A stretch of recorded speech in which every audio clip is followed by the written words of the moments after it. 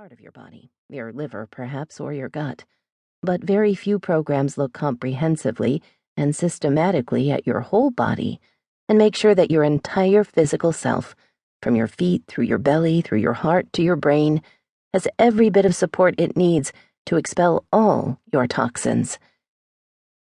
This whole body approach is essential, especially given that the latest developments in medicine focus on the activity and interrelationships of your body's networks, not just your gut, but your digestive system. Not just your digestive system, but the interaction between it and every other organ and system in your body. Your liver doesn't work separately from your gut. They work together. The scientific terms for this type of thinking are network medicine and systems biology. They focus on what to take out, not what to put in.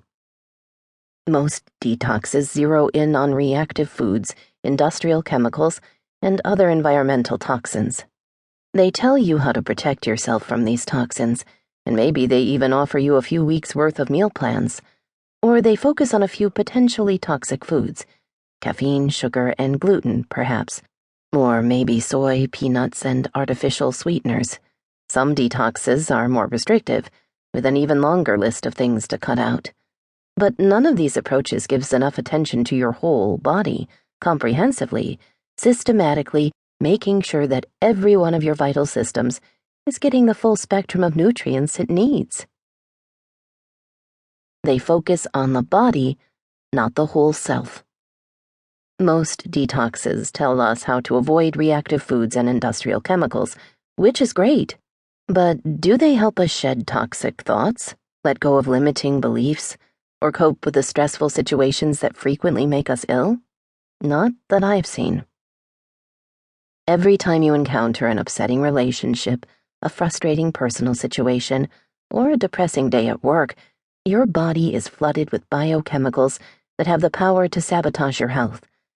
I'm talking about stress hormones like cortisol, which cues your body to put on the pounds, disrupt your sleep, and drive up your blood pressure, potentially sending you down the road to obesity, diabetes, autoimmune conditions, and cancer.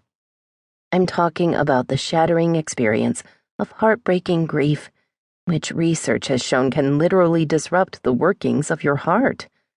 I'm talking about lives that seem plagued by loneliness and boredom, which numerous studies have shown are characterized by more chronic health problems and also end sooner than lives full of passion, meaning, and community. We now have volumes full of research showing that stress, boredom, frustration, and heartbreak aren't simply psychological states. Rather, they are physical conditions that profoundly affect your health through your hormones, your blood pressure, your neurotransmitters, and ultimately, your entire biochemistry.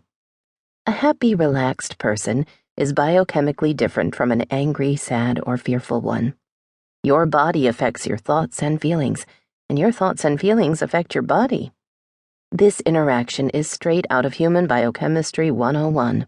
It can be a significant disruptor of your health, or a profound tool for healing. Yet most detoxes ignore this life component and stick strictly to nutritional advice.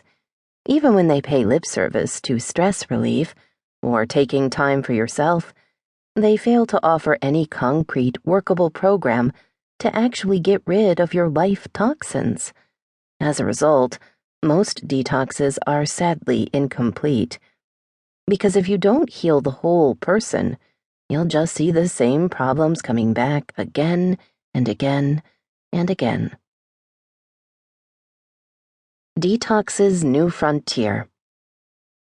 I didn't want my patients to keep suffering. I didn't want them to follow up the brilliant initial success of their detox with a disappointing fizzle a few weeks later.